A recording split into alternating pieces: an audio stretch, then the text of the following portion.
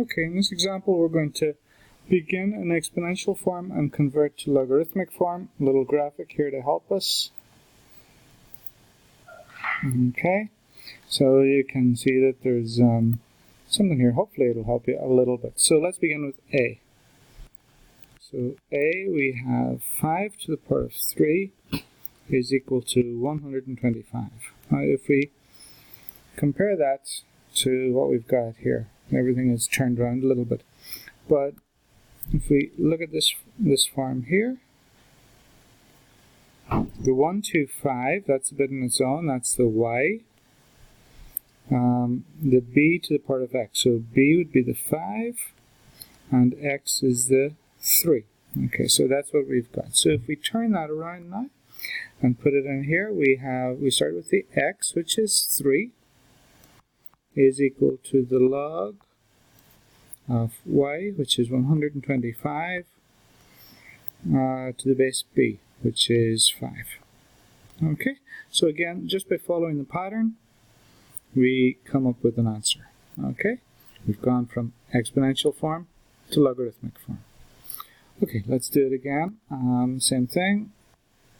For the second question, 6 to the power of minus 2 is equal to 1 over 36. So if we identify the y, the b, and the x, the number that's on its own is the y, so that's the 1 over 36, that's the y.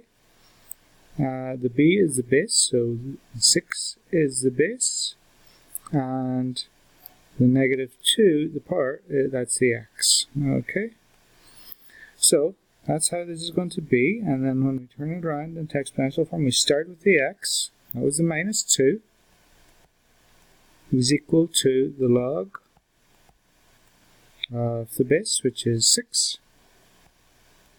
Log base 6 is down here, okay. Log 6, and y is 1 over 36. Okay, and there you go. Again, it's just following a pattern.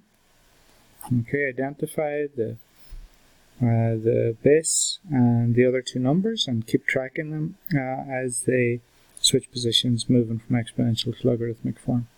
It is a little bit difficult in that you have to remember the pattern. We're not going into the logic of it here yet at this point. We're just doing it by pattern recognition, recognizing the pattern and following it. So hopefully that is something you're all able to do, and it just needs practice to make it better. Okay, thanks for watching.